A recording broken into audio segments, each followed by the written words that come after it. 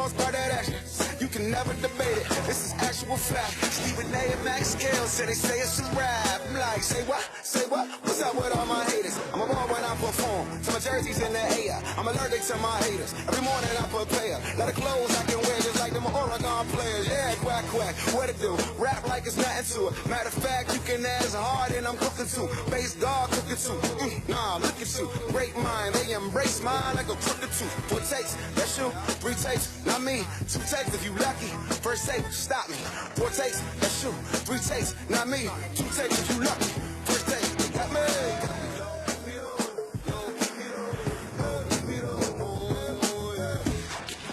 Well, hello there. So good to see you. It is First Take on this Good Friday. Thank you so much for hanging with us. Molly Qerim here in CT. The fellas are on the road. Hi, guys. How we doing? What's up? What's up? Good morning. How y'all doing?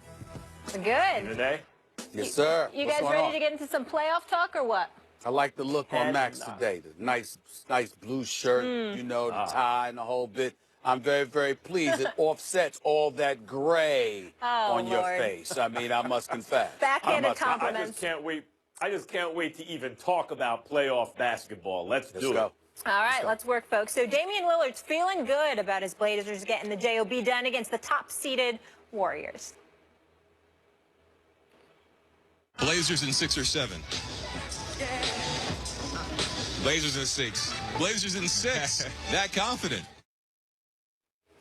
So he later clarified his bold prediction, saying it was just a lighthearted exchange. Meanwhile, Jeff Van Gundy feels about the playoffs as Stephen A. did about the regular season. It's just a foregone conclusion. Here he is on Russillo and Cannell yesterday. The playoffs are over.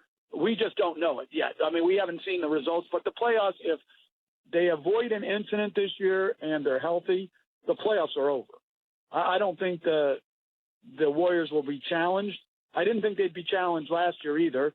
They had the incident in the finals. Cleveland did a great job coming back to win. I feel even stronger this year that there'll be no challenges to the Warriors. They're that much better than everybody else. I'd be surprised if any game or any series went to a 7th game. Listen, you know, everyone's going to try to, I could see this. You really could see some team beating the Warriors in a series? Which team? Which team has enough firepower to score with the Warriors? So this just in, Golden State a big favorite to win the chip. But Stephen A., what's the biggest threat to the Warriors in this playoffs? Well, I think the biggest threat is themselves, and I applaud Draymond Green sitting down with our very own Mark Stein to highlight what he has to watch out for, because Draymond Green can play on my team any day of the week. He's the top 2 candidate for League Defensive Player of the Year honors, and I think he's the Energizer Bunny. He's the spirit of the Golden State Warriors. He's the guy that stirs that cup. He's got to make sure he keeps his head on straight, and he can't be coaxed into going after anybody or getting himself technical. Some of them I didn't think were fair to him, but to be quite honest with you, others obviously were more so than fair. But in the end, what it comes down to is the biggest concern they have for themselves is because when we look at the Cleveland Cavaliers, 29th in defensive efficiency, LeBron James no doubt can do some things. We know what a supporting cast that he has, but it's not on this level. Kevin Durant went to this gravy train for a reason. They have the best shooting backcourt in the history of basketball. They've added the second best player on the planet, as far as I'm concerned, in Kevin Durant. You combine that with the fact that the major nucleus of the team is pretty much still intact, you know, with the Sean Livingstons of the world, with the Andre Iguodala's of the world, with the Draymond Greens of the world. And there's just no question to me that their biggest concern is themselves. That's what this comes down to. And in terms of themselves, it has to be specifically Draymond Green, because with everything that I said, even with Durant, Klay Thompson, Steph Curry, if Draymond Green finds himself in trouble where he ends up picking up too many flagrant fouls and as a result getting himself ejected or suspended from a game, then you know what? That's going to compromise Golden State significantly, because as great as those other guys are, Draymond Green has to be on the court in order for them to win the chip. The number 1 threat to the Warriors is injury to Steph Curry. And Steph Curry has been injury prone in his career. He's not a real big, strong guy. He gets you. First of all, this is what he brings. We know Durant. Many people consider him the second best player in the world. Draymond Green is Steph Curry's pick and roll partner. And given the things he can do, play 5 out with Draymond, play defense. You mentioned the energy he brings to the club. All those kind of things. yes, he's very important, but what Steph Curry does that cannot be replaced or even really approximated on the Warriors, even though other guys can handle the ball and play the point for a while. You mentioned Iguodala and Livingston, of course. Steph Curry gives you dribble penetration and decision-making in the same package as the guy who sucks the defense out to 30-plus feet. It is irreplaceable on the Warriors. When Durant went down, the Warriors took about a week or two to adjust, and then were a terror. Looked like were the best team in basketball, period. Best team in the NBA without Kevin Durant. But if they lose Steph Curry, or even Stephen A., if he's compromised as he was in the playoffs last year, I had a big problem with them chasing 73 wins last year. I saw Steph Curry playing in, you can't say meaningless games because the best record was still sort of in the balance with the Spurs, talking about not this past season, the season previous. So you can't say totally meaningless games, but they weren't that important that he should have been playing overtime games against teams that shouldn't have been competing with the Warriors in the first place, and he was racking up those minutes. Eventually, he hurts himself in the playoffs. I can't prove that it's correlated to those minutes, but I thought maybe it was. It's possible it was. He wasn't the same player, and let's face it, Stephen A., he couldn't get separation from Steven Adams at times in the conference finals. We saw each other there Game 7. I mean, it was a bad look for Curry. And then in the finals themselves, he choked down the stretch, and maybe part of that was not just LeBron getting in his head, as I said, but the fact that he was physically compromised. If Steph Curry so now you're willing to acknowledge that he was physically compromised, because at the beginning of the year you didn't want to hear it. I'm saying I'm not saying you didn't acknowledge it. I'm saying you didn't want to hear it. You said no. I don't want to hear about him being physically compromised. Stephen A., he choked. You used the word choked. I mean, that's what you said, Max. Excuse me. How are you? Hold on. A question, sir. Question, Maximilian. Question. How are you choking if you're physically compromised? Well, you don't have to, just because you're physically compromised doesn't mean you have to throw behind the back careless passes out of bounds in a one-possession game in the closing minutes at home of a Game 7 again in the finals. Like, that is choking. It's not about being physically compromised. Or maybe you don't clearly not want to shoot when the pressure is high, which was what was happening late in Game 7, Stephen A. We both saw it. I'm about to catch a heart attack. Are you saying on national television that Steph Curry was scared to shoot? Yep. Is that what you're saying? Yeah. Game 7. I saw it. Sure. What? Late in Game 7. Scared to shoot the basketball? Now listen. He could say, or someone could defend him by saying, if the shot's not falling, it doesn't help his team to shoot. Okay. He couldn't go to the next thing he can do. He couldn't go to try to get separation, with his handles and try to set up teammates because he couldn't, because he was physically compromised. You keep uttering this nonsense. I'm going to have you banned from talking basketball. I'm going to talk to the bosses and have you banned from talking basketball, man. This is some blasphemous stuff coming out of your mouth. This is some blasphemous stuff. I mean, Max, he's scared to shoot the basketball. I understand the behind the back play. They were loosey-goosey with the basketball all year long at some moments. Mike Wilbon complained about that incessantly. And I get where you're coming from. But, Max, that's not choking. And if you're saying he's physically compromised, I don't know how you can go from that to saying the word choke. I think you're crossing the line with this blasphemous rhetoric I will tell you now. Let me be very clear, and it gives me no pleasure to say this. I thought that Steph had become the best player in the game. Not that he deserved to be based on everything that LeBron could do and others could do, but given the rules of the game and the way the game is played today, I thought Steph actually was best suited to take advantage of those circumstances better than any other player. And I thought they would win the championship. But a couple things happened. One, he was physically compromised, and that made him less effective overall. And two, and maybe I got the order wrong here, maybe this is one, I thought LeBron James got in his head. I thought he took his heart. Does not give me any pleasure to say that. I love Steph Curry, but that's what it looked like to me. Let me tell you what I think you're doing right now, Maximilian. I'm going to tell you what I think you're doing right now. I kind of think you're letting Kevin Durant off the hook. Because you're saying if Steph Curry for some reason goes down, oh, my Lord, to stop the presses, everything that we hoped for the Warriors, it's not going to happen. I'm sorry.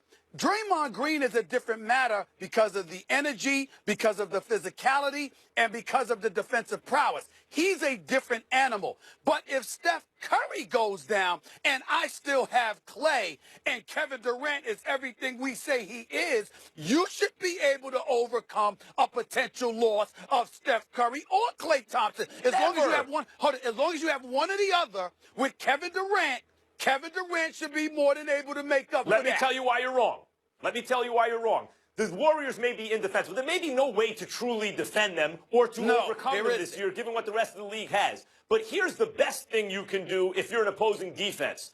Make Clay put the ball on the floor and make decisions with it. It's not that Clay can't do that. It's that that's the thing he does least well in terms of the things that he can do. If you take Clay and take him from a shooter and make him a guy who puts the ball on the floor and has to make decisions with it, he's okay doing that. But he's not a superstar doing that. That's evading the subject. That's evading the subject. Well, who else on the team other than Steph does that? Gets you dribble penetration and makes decisions. No. You're not hearing me. I'm not saying you're wrong. What I'm saying is it's irrelevant to the issue of Kevin Durant. Kevin Durant, I'm not talking about Draymond Green now. We're talking about the two guards. Kevin Durant's presence alone safeguards you. If Klay Thompson or Steph Curry, God forbid, ended up going down, Kevin Durant is not just a shooter. He's a player. He's not just a player. He's a superstar. He's not just a superstar. He's one of the top two players on the planet. If Klay or Steph are compromised in any way, Kevin Durant is supposed to be able to make up for that. This is what champions are made of. This is what I think you're letting him off the hook. I don't think so, Stephen A. I think it's the way the team is structured. If they had a point guard on the bench who could get you dribble penetration, who could make decisions with the ball, and who could shoot from outside. What's that? Sean Livingston can do that. Yes, he can. No, he's not a shooter from the outside, but he can. He doesn't shoot it like that. No, I didn't say shooter. I said dribble penetration. And you talking about dribble penetration, and you talking about creating matchup problems from the guard spot and still being able to run the show. Sean Livingston can do that. But there is less space for everyone to operate because in the same package, he's not a guy who can suck out the defense. The point is, look, if I just told you this to start a season, forget about the Warriors, everything you know, given their supporting cast, if I told you, here are your big three, Kevin Durant, Klay Thompson, and Draymond Green, you'd say, that team is a 50-win team if they have a good bench. They can make it to the conference finals if things go right. That doesn't sound like a championship team unless you have a for-real point guard. And it's not like you're taking Steph Curry off if he's compromised physically and putting in Damian Lillard or Isaiah Thomas. You're taking Max, Steph Curry off. There's no approximation for him on the team. Hey, Max, you're talking about Steph Curry or Klay Thompson like they your height. I'm sorry, Klay Thompson 6'7". Kevin Durant 6'11", and both of them can shoot long range. I don't give a damn about dribble penetration, space or whatever. You should be able to make things happen even without Steph Curry. I'm not saying Steph Curry's a superstar, don't get me wrong, but I'm just saying to you, Kevin Durant is your security blanket for a reason. It's the best security blanket, arguably, in the history of basketball. And what I'm saying is the game is still won in the paint. Now, it's not posting up like they used to as much, although sometimes it is. Now it's dribble penetration through the paint, but if you don't have a team who can get the ball in the paint, you ain't Guys, so much more to get into. You're not saying that if Draymond Green doesn't get suspended for Game 5. It's not even a conversation we're having. I don't know if they win that game. Hey, we win that game. It would have been over in 5. You sure about that? All right. Yes. Gentlemen, we got to keep it moving. Let's go to the champs, because LeBron's got the keys like Khaled, but he's keeping it very close to the vest. We have a good chance to win it all, but it starts with, the baby steps first. We understand that. At the end of the day, I'm not one to harp on what happened in the regular season through injuries, through bad losses, through good wins, through whatever the case may be. We have a good club going into the postseason, and that's all you can ask for. Why do you think that you have a great chance to win this? I mean, I got the answer. I'm not giving it to you, but I got the answer why I feel like we got a great chance. Oh, Max, I know how you feel about LeBron James, but how confident do you think LeBron really is about his Cavs getting it done? No, I think he's sweating this one. I think he's confident in LeBron James, and that goes a long way. And if there's a chance that listen, I don't think they're going to beat the Warriors anyway. But again, as Jeff Van Gundy said, I didn't think they were going to beat them last year, and I think they have even less of a chance this year. But even to get to the finals, LeBron's going to have to rely a lot on himself. His leadership abilities, I don't think should be questioned at this point, but sometimes it can turn into, as they say, white noise when the guy is giving the same message again and again.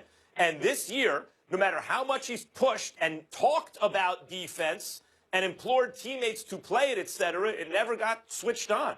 It just didn't. Now, neither did his, and maybe he has to lead by example. But Kyrie's defense has, if anything, regressed this year, I feel, when I've watched them. And he's capable of playing defense. A lot of people were saying, and I was one of them, hey, when J.R. Smith gets back, considering, amazingly, last year he was their best perimeter defender, maybe it'll get shorn up. That didn't happen either. He's got to be sweating it. Now, he knows that what they are capable of, intrinsically, internally. Yes, J.R. Smith can play perimeter defense. We saw it just last year. Yes, Kyrie Irving is a great all-around player. He is capable of doing it. We have seen that at times. And obviously, LeBron can also do it. So he knows it's in there somewhere. But so far, he has not been able to bring it out of this team. They have not had extended stretches of excellent play, especially since the All-Star break. He has got to be sweating this one, Stephen A. LeBron James is supremely confident, Max, in himself. His teammates, an entirely different matter altogether. Which is why, come this summertime, you will see changes on this roster. This Cleveland Cavaliers team that you see together, there will be several new faces on this team next year. You can book that. It's what I've heard. It's the insider talking to you right now. I am telling you for a fact. This team is presently constructed. Probably will not be what they are next season. Having said all of that, let me go back to LeBron and his being supremely confident. LeBron James firmly believes he is the best player in the world. He has proven that he is. All of that is true.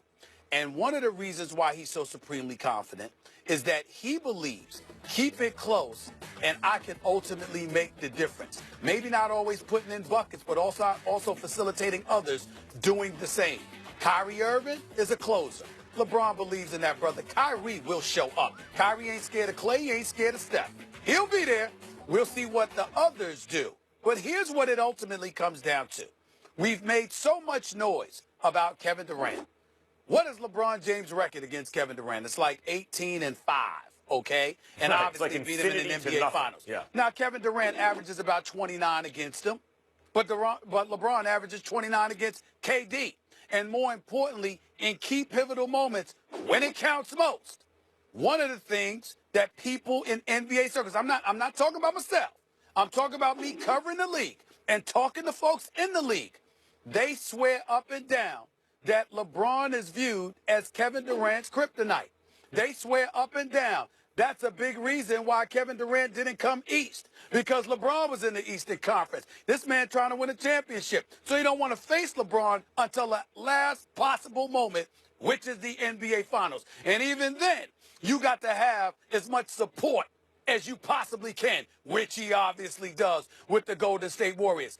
LeBron has heard this. Contemporaries in the league have heard this. Players, coaches, media, I'm telling you what I know. I am not guessing. I am not speculating. I am not prognosticating. I am telling you what I have been told. And this is dating back more than a year and a half to 2 years. So with that being said, what this comes down to is that if you are LeBron and you have confidence, it's because at some moment in time, you believe it's going to come down to you versus him. And you believe in you if you are LeBron. No doubt, and this is related to what we talked about previously in this segment. What could go wrong for the Warriors? What's a possible obstacle? And we saw it in Game 7 of the Finals last year, where LeBron and Kyrie, especially LeBron, is looking for mismatches all over the court and all that stuff. And then when it comes down to it in the fourth quarter, he's like, this is a two-man game we're going to run against that team. Because, yes, Kyrie is a closer, as you say, in terms of scoring. LeBron is a closer in terms of his all-around game. Those are two alphas who can get it done under pressure. We've seen it. It's been battle-tested.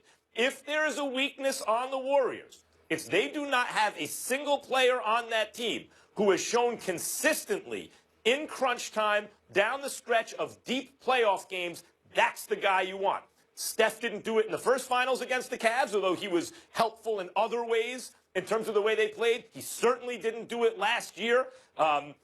Clearly, that's the case for Durant against Steph in Game 7.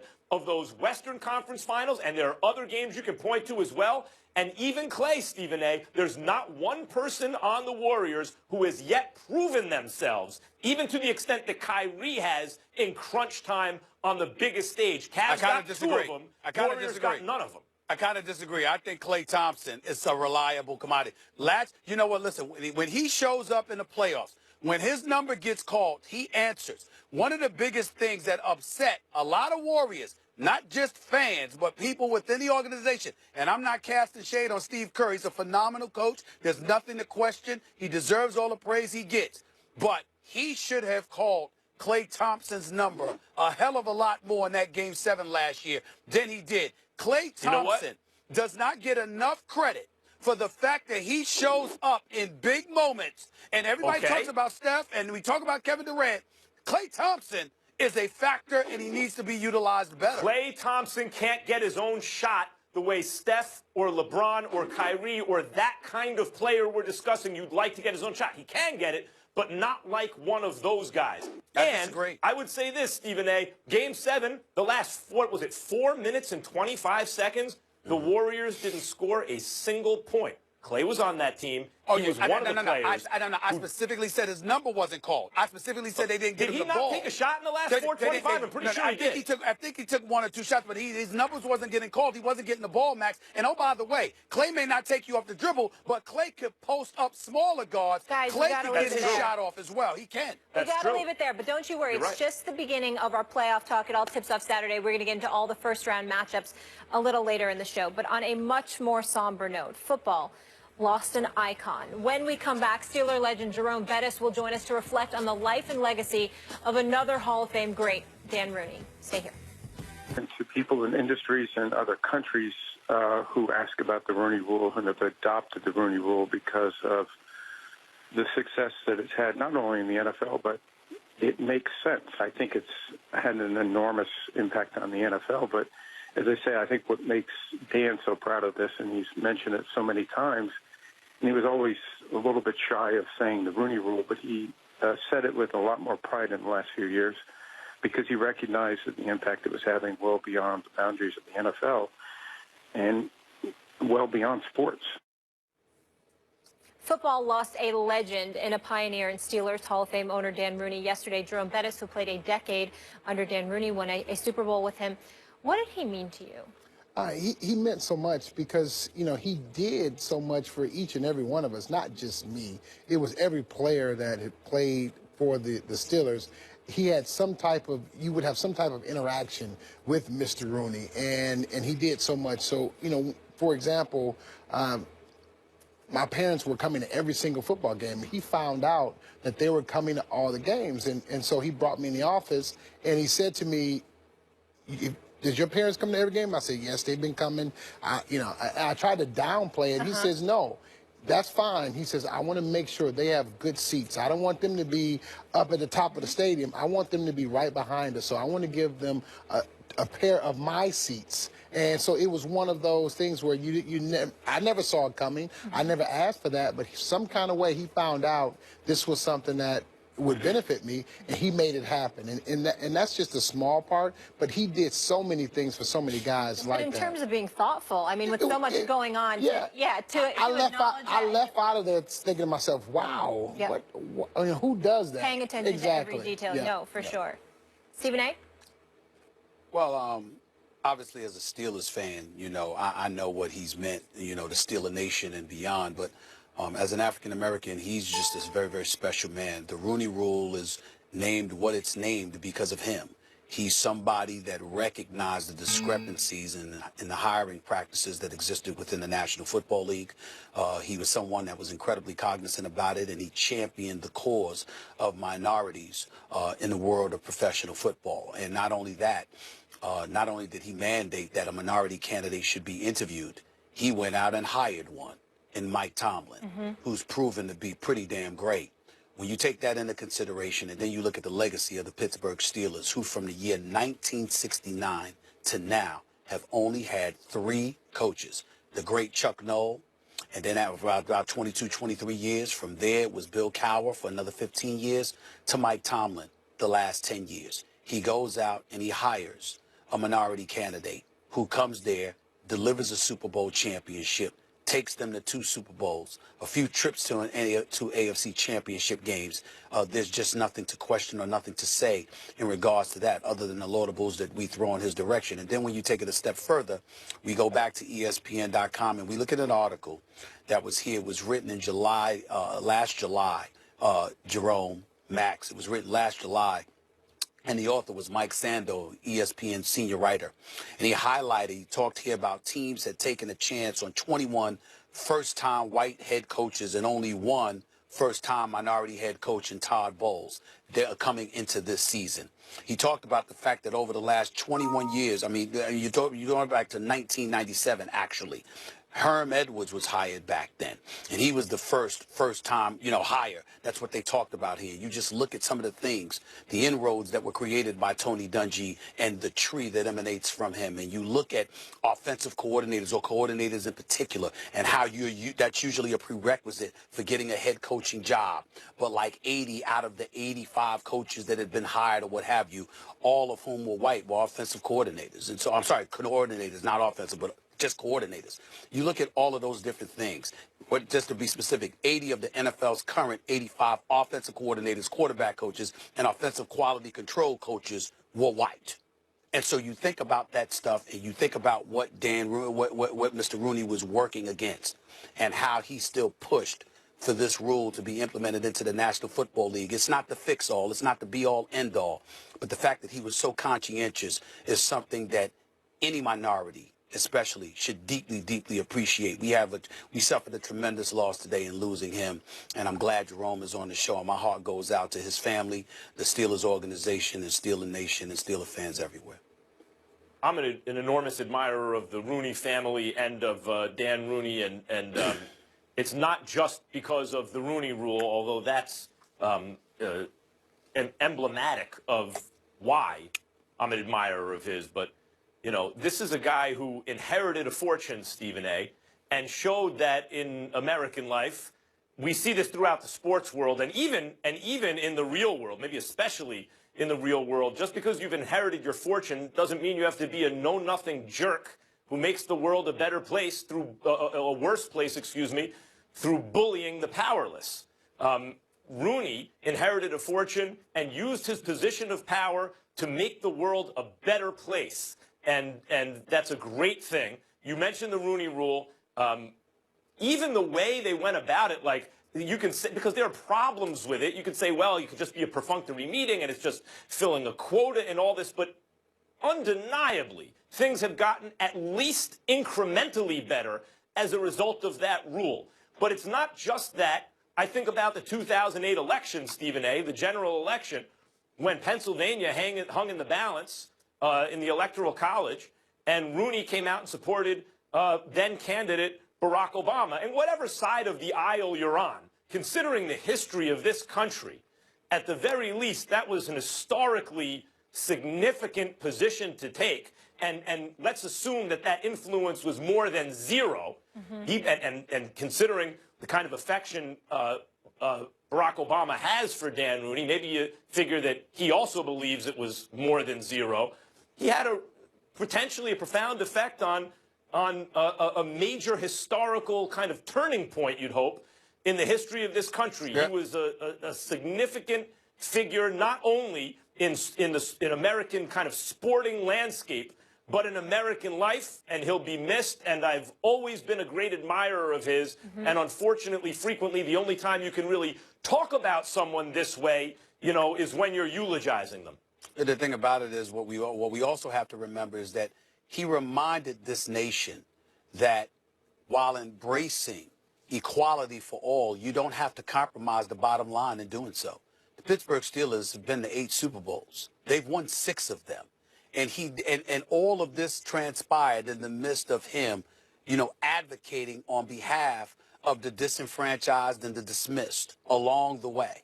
And so when you look at it from that perspective and the fact that he had the conscience to recognize unfairness, to recognize inequality, to recognize prejudice and beyond within his own league, and to challenge the league that obviously he was a huge figure in to be better. and to coax them into doing just that. You just can't say enough about a man having that conscience. It's what we aspire America to be about. We're looking at individuals and we're asking them to touch their hearts, look inside their heart and their soul, and recognize when something's not right, recognize when something is unfair, and be God-fearing enough and conscientious enough to do something about it. That's what he did, and that's what makes him so great. And as much as he did for the country and as much as he did for the NFL, he did even more for the city of Pittsburgh in terms of bringing the team and ingratiating the team into the city and making the players do things in the city. This was something that wasn't, you know, a mainstay years and years ago. This was something that it started from Mr. Rooney wanting to be a part of the community and then saying, you know what, we're going to forge this relationship with this team and the community. And over the years, and as I got there, it was already in place. And so you understood that that relationship was there and that you were to embrace that and then you were encouraged to do more in the community. And that wasn't something that was just, you know, to all talk. That was action. And Mr. Rooney was the leader in that category. And for my foundation, he always found a way to support my foundation, and they give a donation. They always did so much for the community of Pittsburgh, and I think that's, you know, a part that no one actually sees, but the city of Pittsburgh would definitely remember that. Stephen A., you made the point, you know, doing the right thing can be good for business. That's something that shouldn't be lost on people. And in terms of the values in that family that are demonstrated through their behavior, Dan Rooney's a guy who did the equivalent of starting in the mailroom. It's not like just one day he's of age, now I'm going to take over the team. He learned every facet of the team, had to work his way up and really put in the work so that by the time he reached the position he did, he was fully capable of doing the great things that he did. It's a lesson for American life and business, in fact. No question. We need more men like him in positions of power, a life well lived, and a lasting legacy far beyond football. Thank you so much for being with us. When we come back, Eli Manning is finding himself in hot water due to a possible memorabilia scam. Is this just another knock on the family that once seemed perfect? Plus, with Kevin Durant gone, Russell Westbrook finds himself the lone star on the Thunder. Will the upcoming series with the Rockets reveal that he needed KD all along? Stay tuned for that combo. Meanwhile, Eli Manning, who is coming off a season where he won the Walter Payton Man of the Year award and has about as squeaky clean an image as they come, is now in the news for fraud accusations. An email sent by Manning in 2010 to a Giants equipment manager asked for 2 helmets that can pass as game use. Manning's email was allegedly sent after he was told he needed to supply game-used equipment to fulfill a marketing contract with a memorabilia dealer. Now, 3 dealers are suing the Giants, Manning, and others. This first reported by the New York Post. A spokesperson for the law firm that represents the Giants said the emails were taken out of context and that Eli Manning is well known for his integrity and that this is just the latest misguided attempt, for that matter, to defame his character. Now, last year, Eli's brother Peyton was among the athletes cited in a lawsuit against the University of Tennessee last year, stemming from his alleged sexual assault allegations back in 1996. And his name came up in an Al Jazeera report claiming HGH allegations, but Payton was eventually cleared of any wrongdoing in the HGH investigation. On that note, we welcome in Will Kane. Hello. Hello. Good to see you. I want to start with Max on this. Max, do you think we should start looking at the first family of football differently? Look, you know I'm a big Eli Manning fan and a Giants fan, and the facts have not fully come out here, and a person's reputation is difficult to repair once it's been damaged if people speak recklessly about them. So I think the facts, you know, should come out before people draw conclusions about what's happening. That said, the fact that it is even being reported, it's no crime that the Manning family likes money. They come from some money, their father played, and they like to make it. I mean, you can't turn on the TV in the last 10, 15 years without one of the Manning brothers selling you something. Pizza, cars, insurance, whatever it is, they're selling you something all the time. And that's fine, nothing wrong with that. What the problem is here for Eli is that there's a sense that there's a racket going on. That, you know, what's being reported is that he's making money and not delivering the goods, or somehow potentially the charge, I guess, would be defrauding people. And because he makes so much money playing football and with legitimate advertising, etc., at a certain point, people are going to say, wait a minute, why is there even a whiff of a racket around this guy?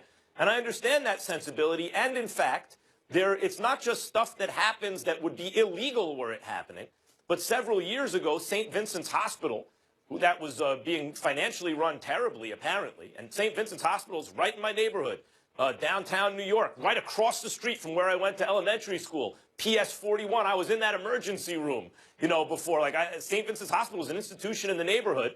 And it's not that Eli Manning was the reason that they had to close down, but he was receiving payments to essentially promote the hospital. He wasn't doing it for free. He was getting paid a good amount of money. And ultimately, he said he'd forego the last $500,000 they owed him because they were in debt like $700 million, some crazy number, and eventually had to close down. And there was criticism at the time. Well, it's nice that you're giving up $500,000, but that's a lot of money. How much money have you already gotten from this hospital when you've essentially been advertising, when you have been advertising for them?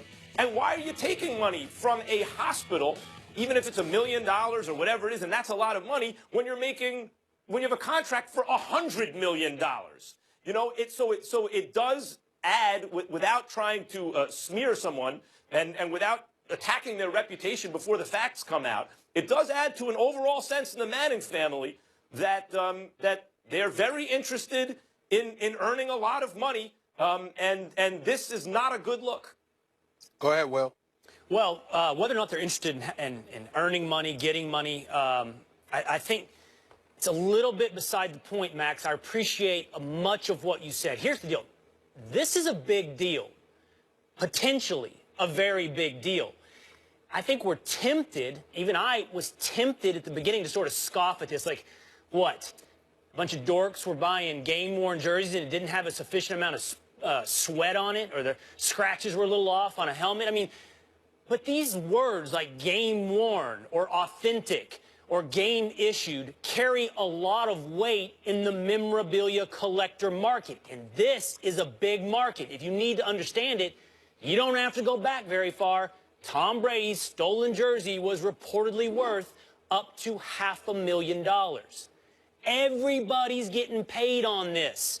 Steiner Sports, the collecting company, they get paid. Eli's getting a big contract from them to provide game-worn equipment. And in the end, the collector that reportedly paid $4,300 for this helmet that he thinks was fraudulent and is suing the Giants and Manning, he paid big money, $4,300 for this helmet.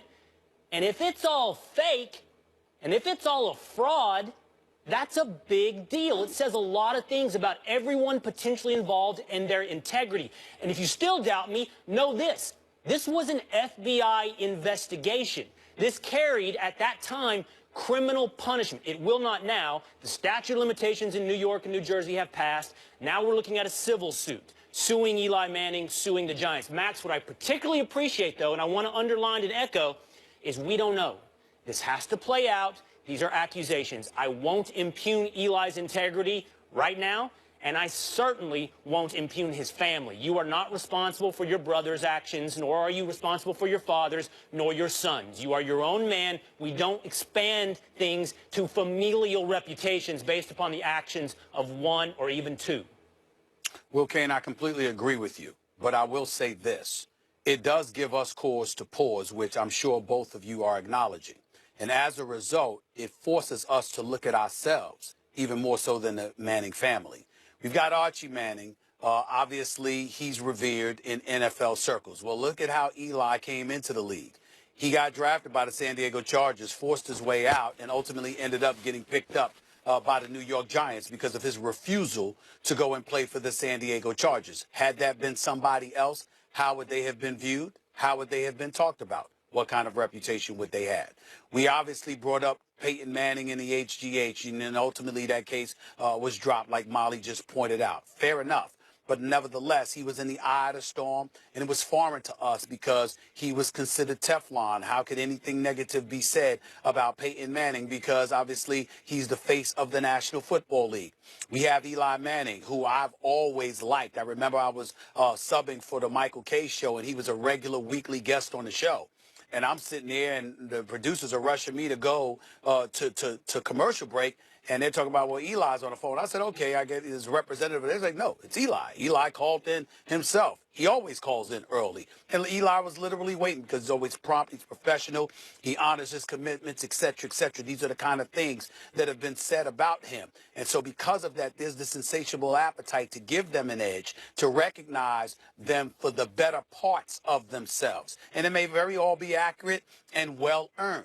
But nevertheless, there are other things that come into question. You've got this coming into question, like you all just articulated. You had the Peyton Manning incident that came into question. One of the things that I'm joking about it because it's funny to me, but I remember folks telling me all the time, you know how I get on athletes about staying off the weed. Somebody used to joke, a bunch of people used to joke at me, guys. They used to say, you'll never hear Eli Manning saying that because the second he went from Indianapolis to Denver, the first thing he did was invest in Papa John's Pizza. Why? Because supposedly, presumably, a lot of dudes that love weed, the first thing they want to eat is some pizza. I mean, these are the kind of things folks said. I don't know. I have no clue whether that's accurate or not. I have no clue. No, let's move on from that. I'm just telling you what they said. But the man invested in Papa John's Pizza. That's a fact, Peyton, okay? Peyton, yeah. Peyton Manning. I'm saying Peyton. Yeah. I'm saying Peyton. Yeah, so yeah. all I'm saying is when we're having a conversation about the Manning family, I respect them tremendously.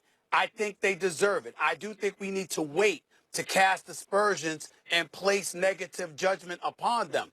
But I do think it's incumbent upon us to look at ourselves as the fourth estate, as the institution that is the media, reminding ourselves yet again of our penchant to be a bit lax when it comes to people who are likable, but we're pretty dogged and tenacious when it comes to people we don't like. Max, one thing, Max, before you go, because I want you to clarify this, because I don't think any of you actually answer the question. So are you looking at this family differently now? I said no, by the way. I answered. Max, are you looking at them differently? No, I wouldn't say differently. I would say, and again, wait for the facts to come out. And Will, you're absolutely right. If this turns out to be, in fact, true, and you're defrauding people, that's really serious. It goes to integrity and all those things. And I think we look at people who show up on time and never miss a snap and all these kind of things as thinking that behavior will be consistent throughout their personality in a straightforward and ethical and upright way. And so we're surprised when that's not the case. If it's not the case here. What I would say, though, is it lends to an overall picture that the Mannings are, for lack of a better word, greedy. It's fine to make money. It's good to make money. It's American. It's admirable. Great. Go out and make money. But in Eli's case, this is an accusation that he is making money but not delivering the goods, and it's also memorabilia. It feels a little bit exploitative to begin with, and that's on top of his taking money from a hospital years ago that wound up going under to advertise the hospital. It feels like a guy who's making $100 million playing football is being greedy. That's what it feels like to people. And just one small quick point. I think I ultimately agree with where you were, Stephen A. It just shows that no family and no individual is above the law and above scrutiny. And if I'm a New England Patriots fan right now, I'm going, I might like to see an NFL investigation. I've seen other quarterbacks and their equipment questioned. I'd like to see the NFL put a little resources into this as well. He's been in the limelight his whole life. If this is the worst thing that he's ever done, I think his integrity is pretty impeccable. Will Kane will be back with us a little bit later. But I thought the question was about the Manning family, Molly, not just Eli. I'm just giving you my perspective on Eli. Coming up, James Harden's historic season will be to put the test in the first round when he faces off with Russell Westbrook and the Thunder. What will we learn from this matchup? Plus, the Celtics managed to snag the 1 seed in the East, but are they the most likely team to get upset in the first round? We'll break down the possible Cinderella stories.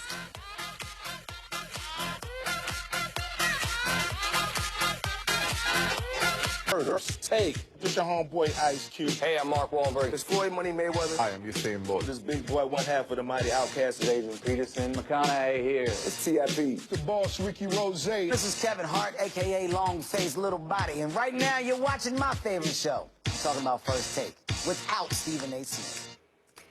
It's halftime on this Good Friday. Good day, people. Thank you so much for being with us. Stephen A., what are you hot on as we approach hour number 2. Well, tomorrow marks the 70th anniversary of Jackie Robinson integrating baseball. Obviously, is a cause to celebrate, but there's something about it that's not worthy of a celebration. I'll explain it in my final take. And on a lighter note, or is it a lighter note, Aaron Rodgers working out with a Jonas brother instead of his teammates. Big deal. Second hour, First Take right now. 4 takes, that's you. 3 takes, not me. 2 takes, you lucky. First take, got me.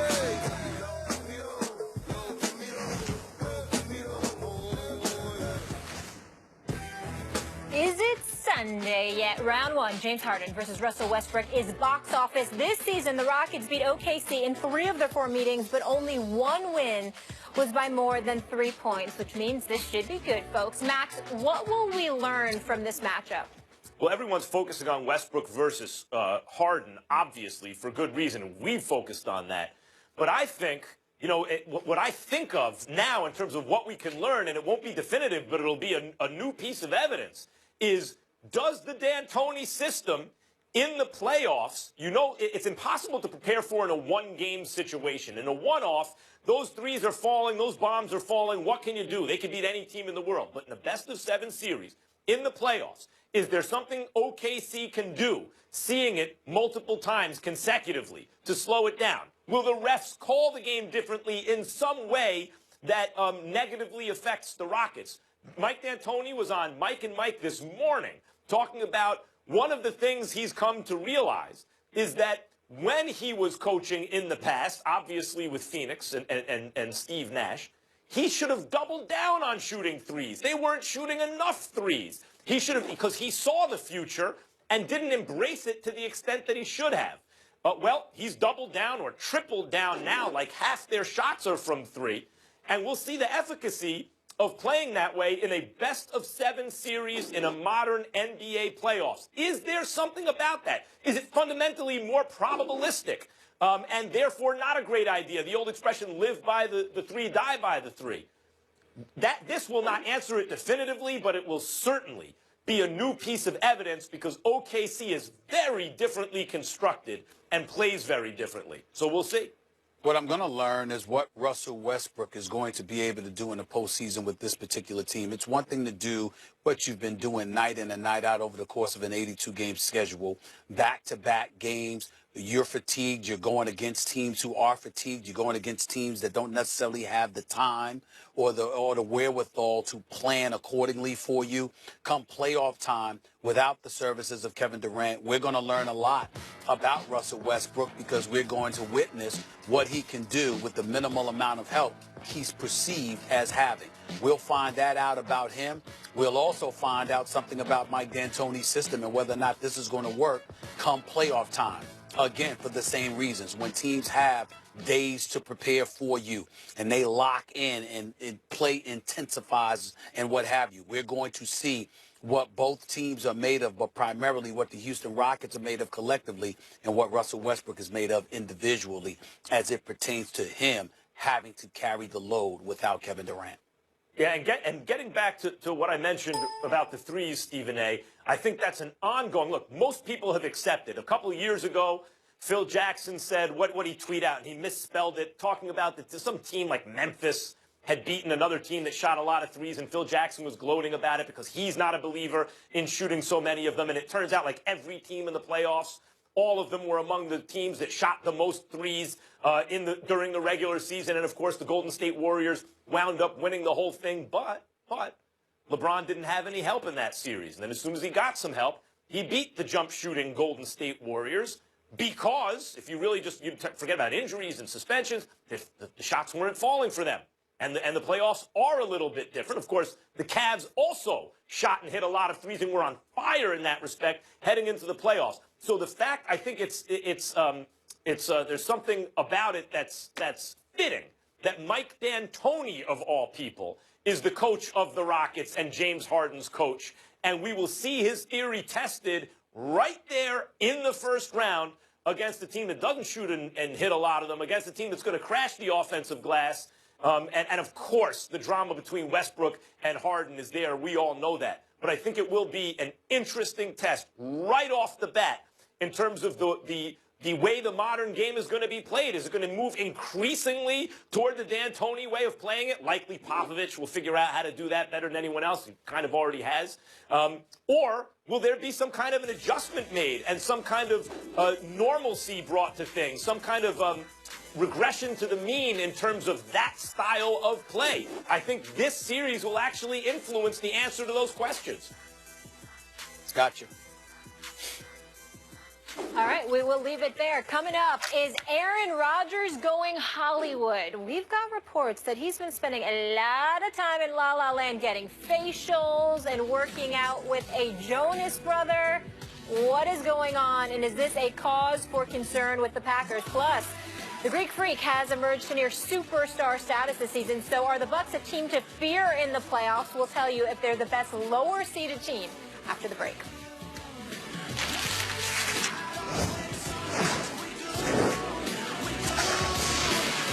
First Take. This your homeboy Ice Cube. Hey, I'm Mark Wahlberg. It's Floyd Money Mayweather. I am Usain Bolt. This big boy, one half of the mighty Outcast of Adrian Peterson. McConaughey here. It's T.I.P. The boss, Ricky Rose. This is Kevin Hart, a.k.a. Long-Faced Little Body. And right now, you're watching my favorite show. I'm talking about First Take, without Stephen A. Smith.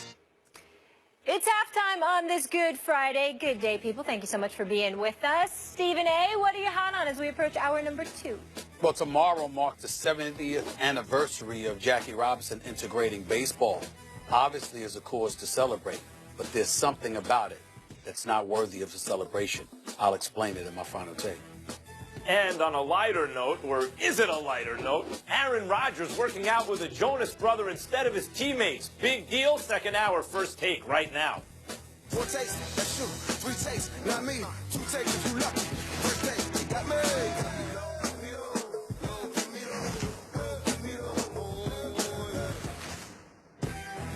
Is it Sunday yet? Round 1, James Harden versus Russell Westbrook is box office. This season, the Rockets beat OKC in 3 of their 4 meetings, but only 1 win was by more than 3 points, which means this should be good, folks. Max, what will we learn from this matchup?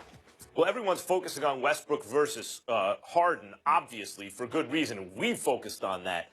But I think, you know, what I think of now in terms of what we can learn, and it won't be definitive, but it'll be a new piece of evidence, is does the D'Antoni system in the playoffs, you know, it's impossible to prepare for in a one-game situation. In a one-off, those threes are falling, those bombs are falling. What can you do? They can beat any team in the world. But in the best-of-7 series, in the playoffs, is there something OKC can do, seeing it multiple times consecutively, to slow it down? Will the refs call the game differently in some way that negatively affects the Rockets? Mike D'Antoni was on Mike and Mike this morning talking about one of the things he's come to realize is that when he was coaching in the past, obviously with Phoenix and Steve Nash, he should have doubled down on shooting threes. They weren't shooting enough threes. He should have, because he saw the future and didn't embrace it to the extent that he should have. Well, he's doubled down or tripled down now, like half their shots are from 3. And we'll see the efficacy of playing that way in a best-of-7 series in a modern NBA playoffs. Is there something about that? Is it fundamentally more probabilistic and therefore not a great idea? The old expression, live by the 3, die by the 3. This will not answer it definitively, but it will certainly be a new piece of evidence because OKC is very differently constructed and plays very differently. So we'll see. What I'm going to learn is what Russell Westbrook is going to be able to do in the postseason with this particular team. It's one thing to do what you've been doing night in and night out over the course of an 82-game schedule, back-to-back games. You're fatigued. You're going against teams who are fatigued. You're going against teams that don't necessarily have the time or the wherewithal to plan accordingly for you. Come playoff time, without the services of Kevin Durant, we're going to learn a lot about Russell Westbrook because we're going to witness what he can do with the minimal amount of help he's perceived as having. We'll find that out about him. We'll also find out something about Mike D'Antoni's system and whether or not this is going to work come playoff time.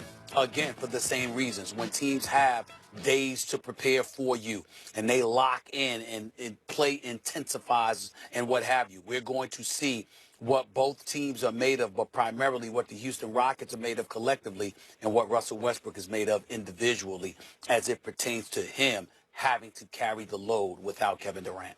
Yeah, and getting back to what I mentioned about the threes, Stephen A., I think that's an ongoing. Look, most people have accepted. A couple of years ago, Phil Jackson said, what did he tweet out? And he misspelled it, talking about that some team like Memphis had beaten another team that shot a lot of threes, and Phil Jackson was gloating about it because he's not a believer in shooting so many of them. And it turns out like every team in the playoffs, all of them were among the teams that shot the most threes during the regular season. And, of course, the Golden State Warriors wound up winning the whole thing. But LeBron didn't have any help in that series. And then as soon as he got some help, he beat the jump-shooting Golden State Warriors because, if you really just forget about injuries and suspensions, the shots weren't falling for them.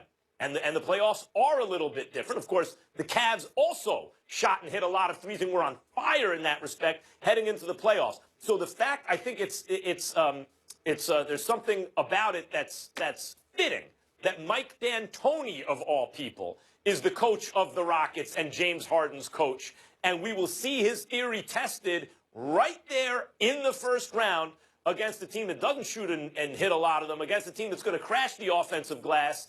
And, of course, the drama between Westbrook and Harden is there. We all know that. But I think it will be an interesting test right off the bat in terms of the way the modern game is going to be played. Is it going to move increasingly toward the D'Antoni way of playing it? Likely Popovich will figure out how to do that better than anyone else. He kind of already has. Or will there be some kind of an adjustment made and some kind of normalcy brought to things, some kind of regression to the mean in terms of that style of play? I think this series will actually influence the answer to those questions. Gotcha. All right, we will leave it there. Coming up, is Aaron Rodgers going Hollywood? We've got reports that he's been spending a lot of time in La La Land getting facials and working out with a Jonas brother. What is going on, and is this a cause for concern with the Packers? Plus, the Greek Freak has emerged to near superstar status this season. So are the Bucs a team to fear in the playoffs? We'll tell you if they're the best lower-seeded team after the break.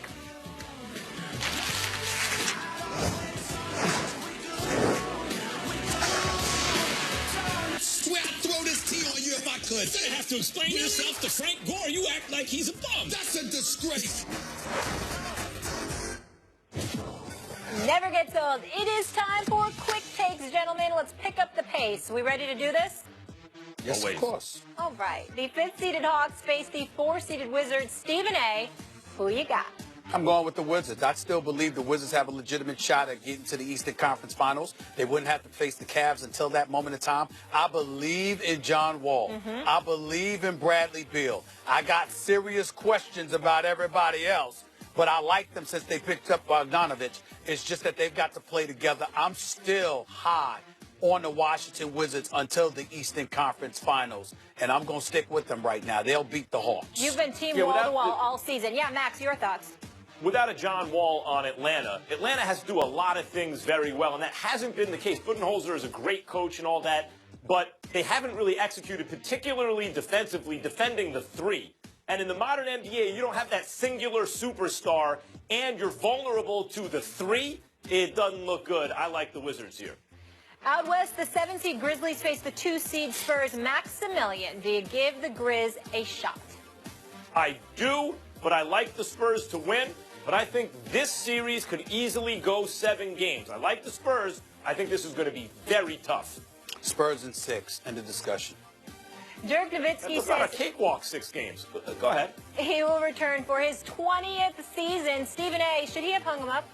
I don't like it. I mean, if you're staying around because you need the money, that would be different, because I'm certainly not going to knock anybody for putting cash in their pocket. Why go out and get a regular job when you can play basketball, collect millions, and virtually chill? He's a champion, one of the greatest players we've ever seen in NBA history, deserves all the credit and accolades he receives. But he has clearly diminished because Father Time has taken a lot away from his game. Combine that with the absence of star-powered talent to play alongside him. You're just there playing the game. You're not really winning, and that's a shame because he's great, and so is the greatness of Rick Carlisle as a coach. I wish they had better talent.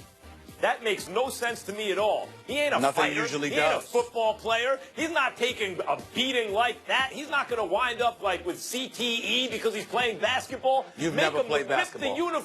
Make him rip the uniform off you before you give it up. And now, look, it's not even like Kobe at the end getting $25 million a year, taking away resources from the team. So part of the reason you're on a bad team is because of that.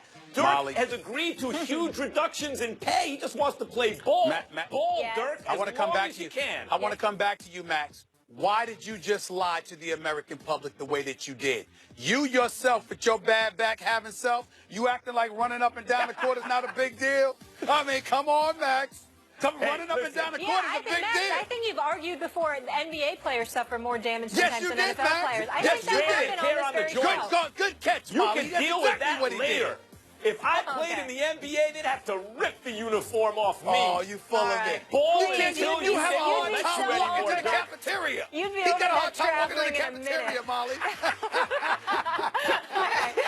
Put me on blast like that. How dare you? Come on. Feel free to take your time on this one, gentlemen. So Us Weekly, I don't know if you're familiar with them, are reporting that Aaron Rodgers is going Hollywood, working out with pop singer Nick Jonas instead of his teammates. Max, your reaction?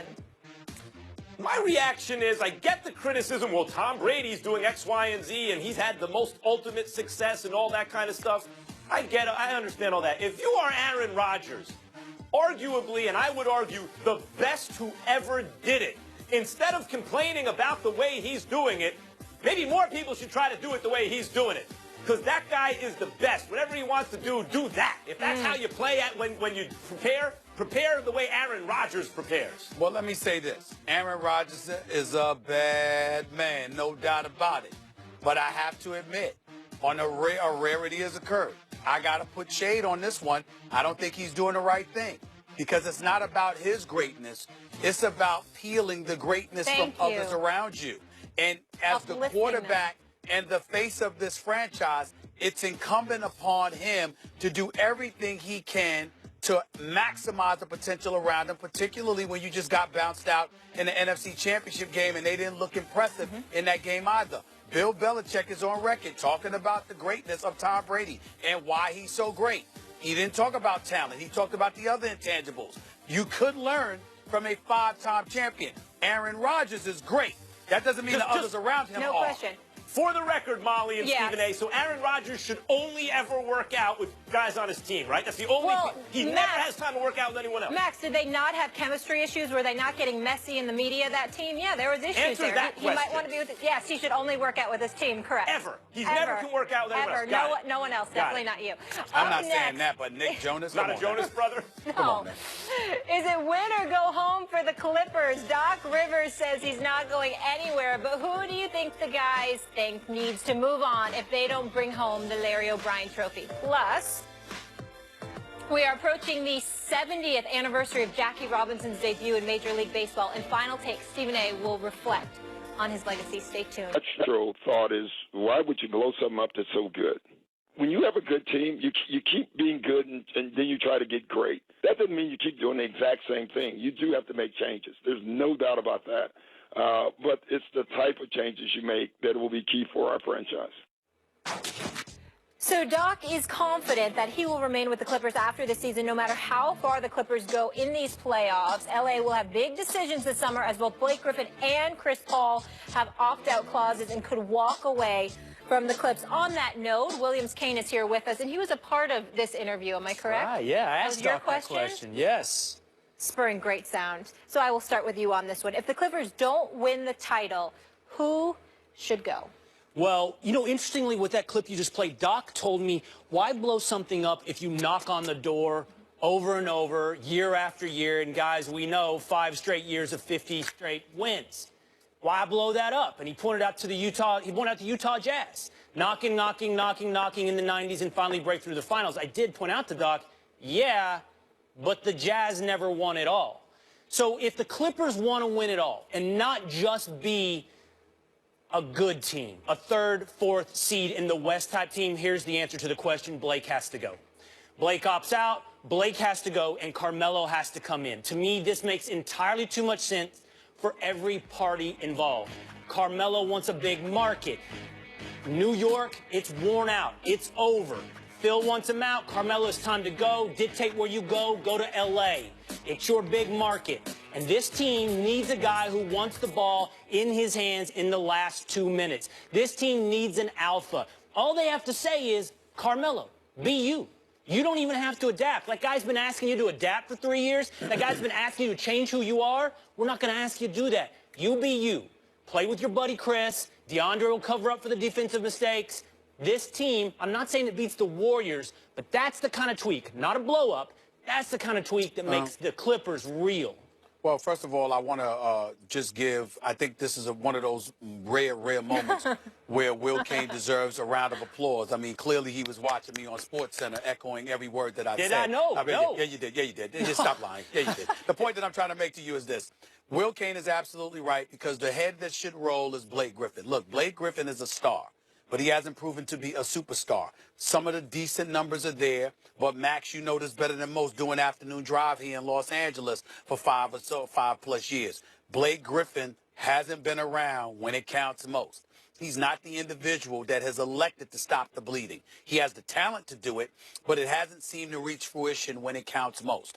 And due to the fact that you've never advanced past the semifinals of the Western Conference, particularly coming off that blown lead against Houston when you were up 3-1 a couple of years ago, Golden State's first year winning the championship when they hadn't learned how to win yet and they were still vulnerable to be had, and you blew that opportunity. It's one of those situations where I look at Chris Paul as one of the great floor generals this game has seen. DeAndre Jordan is a skywalker. He more than replaces Blake Griffin in terms of athleticism and the highlight reels and all of that other stuff. Now, what I would differ from you, Will, is this. As big as I am on Carmelo Anthony, and as much as I would love to see him with an elite point guard like Chris Paul and what he could do, I am of the mindset that Paul George would be a better fit if you could get him rather than Melo because of what Paul George does on the defensive side of the floor, and he could still do what he does offensively. Paul George is special, and he's younger, and he has fresher legs, and he plays better defense. Don't get me wrong, Melo's big time, and I'm not poo-pooing that because Melo's a big-time offensive player. But if I had the choice between the two, that's what I would do. But either way, we agree, Blake Griffin would need to be the one to go, and I think you got to get another executive in there so Doc Rivers can focus on the coaching and let somebody else assemble the roster. We're all over 40, so I'm going to use an expression from the 80s Not you me. guys will be familiar with. All y'all biting my style, just biting. I said way before the trade deadline the thing the Clippers needed to do was trade Blake Griffin for Carmelo Anthony. And I realized at the time Blake has more trade value than Carmelo. But in terms of fit, Carmelo's played with Chris Paul to great effect internationally in amateur basketball. It would be a draw, a lure for LeBron James eventually, who said repeatedly he'd like to play with, or it's been reported repeatedly, he wanted to play with Chris Paul and Carmelo Anthony before his career is up. It's in the LA market, so not only would it make them better right away, it would fit a need, but it would also be a pull for LeBron James potentially to LA. But that's not even the answer, guys, because the time to do that was before the trade deadline, so you got something back for Blake Griffin. Right? That was the time to do it. At this point, if you talk about what needs to change, if the Clippers get knocked out in the first round, which is possible, what needs to change is Doc Rivers. And he has to decide, does he want to fire himself as coach or as GM? Because he has a Hall of Fame point guard, he has an elite power forward, he has an all-star center, he has a dead-eye shooter at the 2, he's constructed the best bench he's had since he's been there, which is not saying a whole lot, but okay, it's better than nothing. I mean, he has plenty. He has a whole lot of there. And if he once again can't take this franchise to where they've never been, which is to the conference finals, they've never been to a conference finals, then he has to decide, is he doing a bet? Is he not doing a good enough job either as a coach or as a GM? Pick a lane and stay there, or else leave the franchise. You know what else he has, Max? He has the Golden State Warriors and the San Antonio Spurs to deal with on a year-in, year-out basis. Would you have fired Jerry Sloan? Look, I actually didn't like Doc's answer of using the Jazz, because if you're in it to win it, then the only goal can be to be the last man standing. It can't be to get 50 wins every year and hope the sports happens and hope for a mistake. I didn't like that answer from Doc.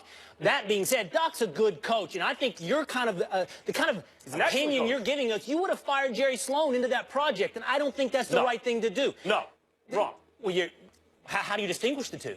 In the Michael Jordan era, when you give him Scottie Pippen and someone else, no one else has a chance to win a championship. That's a pipe dream. So if you make it there, it's almost the same thing. No one was going to beat that Bulls team. Okay, he played in the Jordan era. Oh, what are you going to do? Today's dominant team is in the same conference. It's in the West. Yeah, but there's no Jordan Bulls there. Furthermore, if you wanted to criticize that Utah Jazz era, you could criticize Stockton and Malone and Hornacek, by the way, they had, and a great coach, the whole thing, for not being able to get it done when Jordan was gone. Because in Jordan's absence, Hakeem showed he was better than Malone or Stockton, and he was more capable of bringing his team to a championship. But I do think there is something to be said. How do you know that if Hakeem didn't have to go against Jordan? Well, the point is, he went Jordan against Patrick Ewing, and prior to that, he went against David Robinson. So how do you know what you just said is factual? Jordan is absent. So since when he's there, only he wins the championship in under 7 games every time. Who is Jordan when Jordan's not there? And the answer was, in consecutive seasons, there was only one champion. It was Hakeem and company. Well, once again, it's the latest piece of evidence why you should turn in your basketball card, because everybody and their grandmother know if Pat Riley had used Rolando Blackman instead of keeping John Starks in there to shoot 2 for 18 and 1 for 11 from three-point range, we might be talking about a different story. That's number one. Hakeem Olajuwon was the best player, but the New York Knicks played a different brand of basketball and could have won if Pat Riley had made Pat Riley had made different decisions. That's right. So if you know that, stop spewing that nonsense. No, the issue was John Starks couldn't hit a shot. That's what I'm saying. Number two, when you talk about the Golden State Warriors and you talk about Doc Rivers and the Clippers, here's the indictment against Doc Rivers, if there is one. I think he's a great coach. I want him coaching my team. That's no problem. But here's my problem with it. At some point in time, I got to look at you and ask you, what are you getting out of Blake Griffin in key pivotal moments? I know what you're getting out of Chris Paul, because Chris Paul, you blame God or his parents for Chris Paul. It ain't his fault that he's 6 feet and he's not the most athletic dude in the world, but he's a great floor general and a great player. DeAndre Jordan, damn it, the free throws, okay? So you got Blake Griffin, you're that X factor. At some point, I need to be able to maximize whatever greatness is in you, and if I can't do that, I gotta look at the coach with something like that. Stephen A., you think that Chris Paul could get you Kyrie Irving still? No. No, I mean, that was the thing to do.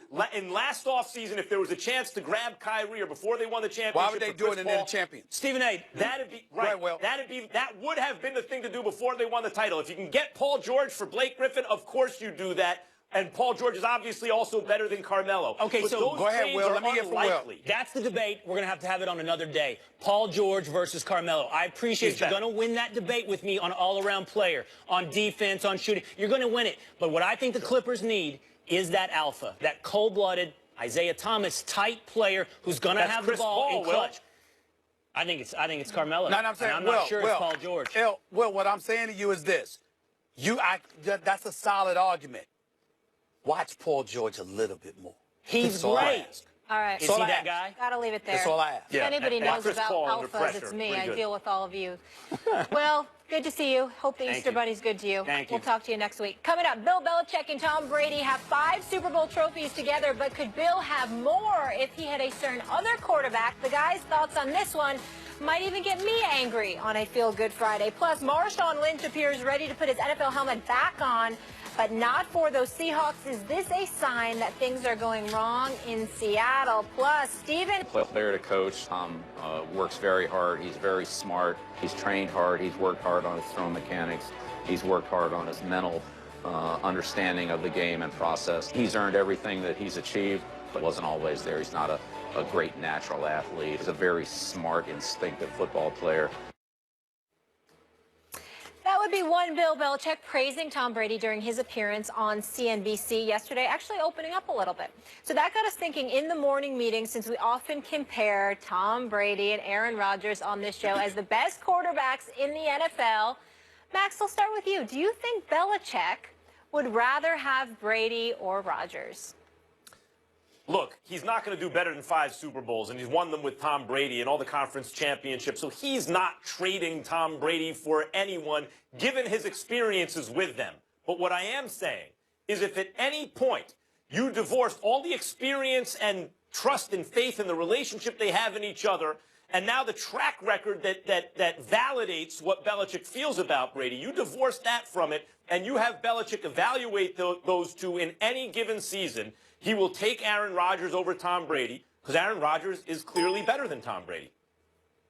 I think easily Bill Belichick would prefer Tom Brady. But here's why, and I think it's important for us to point this out. While we revere the greatness of Aaron Rodgers, we do so because of his talent.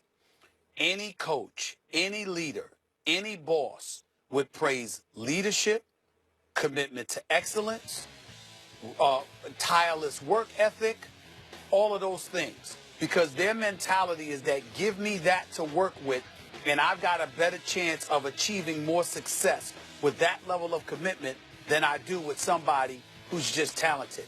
I don't care what business it is. No matter how talented you are, if there's somebody whose talent at a particular level is still great, even if it's not the greatest, there isn't a boss, a coach, a leader, any kind of position that would not prefer the individual who has all of those other requisite intangibles attached to them rather than just superior talent. Preach. They'll take great talent along with that other stuff in favor of superior talent any day of the week. Sure, but Aaron Rodgers is so much more talented. Everything Brady can do, certainly on the field. Look, Belichick may have a point, or others who argue Brady may have a point in terms of leadership, locker room, whatever, chemistry that's developed, whatever else. But everything Brady can do as a quarterback, Rodgers can do. And he can do a whole bunch of things that Brady can't do, and Brady even admits that. Now, were Rodgers a guy who'd never won a Super Bowl, that's fine, but he has. And to compare their resumes side by side is unfair to Rodgers in terms of team accomplishment for at least two reasons. One, Brady's much older, so he's had more time. And two, Brady's in a superior organization. It's not like Green Bay or bums, where that's a bad organization.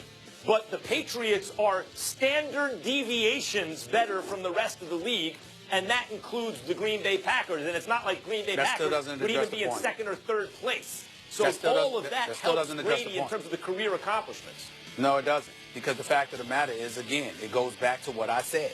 You know, if you sit there and you're working with somebody and they got all the talent in the world, but they believe it's a license for them, and I'm not accusing Aaron Rodgers of this at all. I'm just speaking in generalities about greatness compared to greatness with great preparation. I'm simply saying to you that if you're an ultra talent and you know it, you're hard-headed. You're a lot of different things that are deemed to be negative. We've had a conversation ad nauseum for months talking about the greatness of Terrell Owens, who's in every major statistical category as a top 3 wide receiver in the history of the National Football League. But he's not in the Hall of Fame. He's been snubbed twice. Why? Because the other intangibles that come along with it, voters are saying... But we're not talking to you. Hold on. Voters there's not enough time to hold on. We're coming to an end here, Stephen A. It's Belichick or Rodgers. Brady or Rodgers is the question. I shut up and listen to you wax poetically about it. I explained the difference. So I'm using an example. No, you just said using an example that to you're point talking out. in generalities. Are you applying this to Rodgers or not? Wait a minute. So let me tell you this. You are the one that has made the argument about Terrell Owens in the past. And I'm simply saying to you, I'm addressing your point. If you can't sit up there and make a point and then get mad at me for highlighting the point that you make and how it makes no damn sense. You are the one that talked about greatness. Just now. That's what you did. You didn't bring up T.O. now, but you brought him up for months. But and talking about greatness. Just said, Stephen A., you just said you're talking in generalities. You can be great, you're not but saying you can this be applies to hard-headed, Aaron and Rodgers. it can get in the way of winning. Does it apply to Rodgers or not? Yeah, but it does apply to Rodgers based on what other people have said about him. Oh, that was my point. So not generalities. You mean specifically about Rodgers. Because there's a bevy of examples. But now nobody understands what we said because you were scared to hear my point. But it's okay. No, I heard your point. I heard your point the second time you made it. Bill Belichick only wants Tom Brady. I promise you that. Trust me. Restless in Seattle. More news out of Seahawks camp as the Raiders are actively negotiating with Marshawn Lynch, and Oakland can trade with the Seahawks for Lynch's rights before he's formally reinstated, a source telling our Ed Werder. Now, our Adam Schefter reported last week that a deal between the Raiders and Lynch would eventually happen. This is on top of the news that the Seahawks are considering trading Richard Sherman. Stephen A., what is going on, and what does this say about the Seahawks particularly? I don't think the Seahawks have been the same team since Pete Carroll and Darrell Bevell collaborated to make the dumbest decision in Super Bowl history when they elected not to give Marshawn Lynch the ball at the half-yard line to beat the Patriots in the Super Bowl. I think that the Seattle Seahawks, as we knew and loved them, have never been the same ever since. The immediate season following, we saw Cam Chancellor essentially hold out for more money. We saw Richard Sherman on the sidelines. We saw Earl Thomas get hurt. We saw a flagrantly more disinterested beast mode in Marshawn Lynch, even though to some degree he was injured. At the end of the day, what it came down to is that he wasn't the same guy. And what we're seeing is guys, once upon a time, who rallied together and loved being in Seattle. Now there are question marks as to how much they want to be a part of it now. It seems to be more about business than it is about anything else. And anybody that has a better business opportunity or a similar business opportunity seems inclined to go elsewhere rather than be fixated on staying together. That was not the image that they had a few years ago when they won the Super Bowl and when they went back to the Super Bowl. But over the last couple of years since that Super Bowl loss, they have not been the same psychologically. Look, you can point there because obviously they got to the Super Bowl and should have won and didn't. So how can I point to the Max Unger Jimmy Graham trade, which occurred before, and say that's the turning point? But I think it was. They gave up a really good offensive lineman. The offensive line, even though, look, they have a tremendous defense. So they were able to overcome it in various ways, and a great quarterback, and Baldwin has developed into a front-line receiver.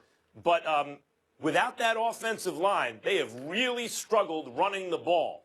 And not just running the ball, but protecting Russell Wilson. And that resulted in an injury early in the season and ineffectual play compared to their normal standards throughout the season. So I would point to that as the turning point, though, Stephen A., I do agree that in terms of the kind of sense that maybe some of these players have turned against Pete Carroll, I mean, who else would it be? The Marshawn Lynch situation, not giving him the ball, may have been the psychological turning point for them. I think in terms of the way the team was structured, it was the trade of Max Unger for Jimmy Graham. I don't want to go as far as say they turned against Pete Carroll, but the reverence in which they deferred to him and seemed to accord to him in years past doesn't appear to be to that level right now. That much I will say. But Stephen A., also, especially even with that call, if the trust is lost, I mean, how can there be any chemistry if they don't entirely trust in him anymore? Well, you may not entirely trust in him, but it doesn't mean you think he's a bum or he doesn't know what he's doing or anything. I think I think where the problem lies is that it wasn't a mistake in the eyes. I'm telling you what I know speaking to some of the players. It wasn't a mistake in their eyes that he made the call. It was the fact that he appeared to want Russell Wilson to be the star as opposed to giving the ball a beast mode and closing the deal out. That's what resonates with guys. There are also personnel decisions. You know, Richard Sherman's a very smart guy. He understands football, obviously, a Stanford guy and an all-pro level player. And when you look at an organization where they weaken the O-line, where they go to Eddie Lacy to fill a running back situation without even strengthening the O-line, where they're looking to trade, where Marshawn Lynch is kind of undervalued in a certain way and maybe will be allowed to go to a competitor. A guy like Richard Sherman's there going, I don't know if I want to be here anymore. And that's an indication, I think, not only that Super Bowl moment's a turning point, but that faith in the organization in terms of getting the right pieces and putting them in the best positions to win is declining. What do you think this means for the Raiders then, Max? In terms of getting Marshawn Lynch? And where they would be in the division? Look, if Marshawn Lynch ain't going to help you get to the quarterback, and that's really what the Raiders need. They need, Khalil Mack needs some help. They're not going to help you he's not going to help you in the defensive backfield. He's not going to help you, stop the other team from scoring unless you believe that that's part of a real ball control offense. But given the quarterback and the receivers, I don't know that you want to play ball control necessarily with that offense. So I do think he helps them modestly over what they had. But I don't know that he's the answer in Oakland. But with or without him, Oakland is ascending. If Derek Carr is healthy and they do anything about the defense in the draft, they could win the Super Bowl this year. I mean, they looked pretty good this past season, right up until he got hurt. On that note, we will leave it there. Stephen A., you have the last word today in Final Take. Take it away. Jackie Robinson, what a strong man. He gave me an opportunity to not only play this great game of baseball, but to help break down color barriers throughout the world. Jackie rifles a shot into left field. The first Negro player to appear in an All-Star game, and it's good for a double. And here comes Robinson, trying to steal home. He's safe, says the ump. He's out, says Yogi Berra. He stole more bases than the entire Yankee team. He's directly responsible for Brooklyn winning the pennant. Jackie Robinson. Right man at the right time. Because of him, can all say thank you for letting us play this game. Did you see Jackie Robinson hit that ball? You are so disrespectful. He is going to fall off a cliff. Shut the hell up. That's not even close to my best. They're wrong. And I don't give a damn that they agree with me or not. If you don't care, you may not have heard the news. Tomorrow, right here in the City of Angels, the Los Angeles Dodgers will unveil a statue of Jackie Robinson, commemorating the 70-year anniversary of him integrating Major League Baseball in 1947. It'll be historic because of the player he was, the pioneer he was, and obviously because of the man he was, evidenced by a legacy carried on throughout all of these years by his wonderful wife, Rachel, and the rest of the Robinson family, hell-bent on reminding all of us, that the player he was paled in comparison to the character of this man. It's why tomorrow will mark the 14th Jackie Robinson Day after the remembrance of what started in 2004. It's why all on-field personnel will wear the number 42 for the ninth consecutive season, though some players started wearing it back in 2007 after eventual Hall of Famer Ken Griffey Jr. made a request of the commissioner to do so. But it's also why we should all lament the fact that, yet again, the number of African Americans in Major League Baseball, once as high as 18.7% in 1981, continues to dwindle. Presently, it's at 6.7% and hasn't been above 7.2% for the last 5 years. It's also why we should be concerned that MLB's Latino population is more than 27%, as has been the case with them for the last 4 years, and that their populace within the sport has been more than African Americans since 1994. Now, I could wax poetically about how Spanish-speaking blacks were ultimately categorized separately than American blacks, diluting the impact of what once was classified simply as the minority or the black community. But that's going a bit too deep right now. Instead, what I'll say instead is something far more simple. Labor from other countries ultimately was deemed cheaper than talent right here in America. The fact that they were individuals of color essentially killed two birds with one stone. You still had players who weren't just white. Therefore, the MLB wasn't compelled, as they should have been, to do something to address the paucity of African Americans in their sport. A fact MLB has tried to change, by the way, with its RBI program. But as a result, here we are. There are far more whites in Major League Baseball, far more Latinos, and far less blacks in the sport. Correct me if I'm wrong, but I don't think that's what Jackie Robinson intended. So it's nice that the MLB is celebrating Robinson. He's certainly worthy. But while remembering Jackie Robinson, let's remember not only his sacrifices, but why he sacrificed in the first place. Inclusion, equality, civility, it all mattered. But so did actual participation. And based on these numbers, things have actually gotten worse. Not better. If you want to see more of our Final Take segments, head over to our Twitter and Facebook pages so you can join the conversation and leave your take there. And tune in on Monday. It's going to be a lot of fun because we will be reacting to the playoffs. Stephen A., are you so excited? It's finally here. Well, I'm excited now that it's the playoffs. I'm just as excited that the regular season is over. Thank you very much. That's what exactly a great what I regular meant. season. The Grinch who stole the regular season. He is that's me. He is the Grinch. That is for sure. Have a wonderful weekend, guys. And all of you at home, have a happy Easter if you're celebrating. And we will see you on Monday talking playoffs.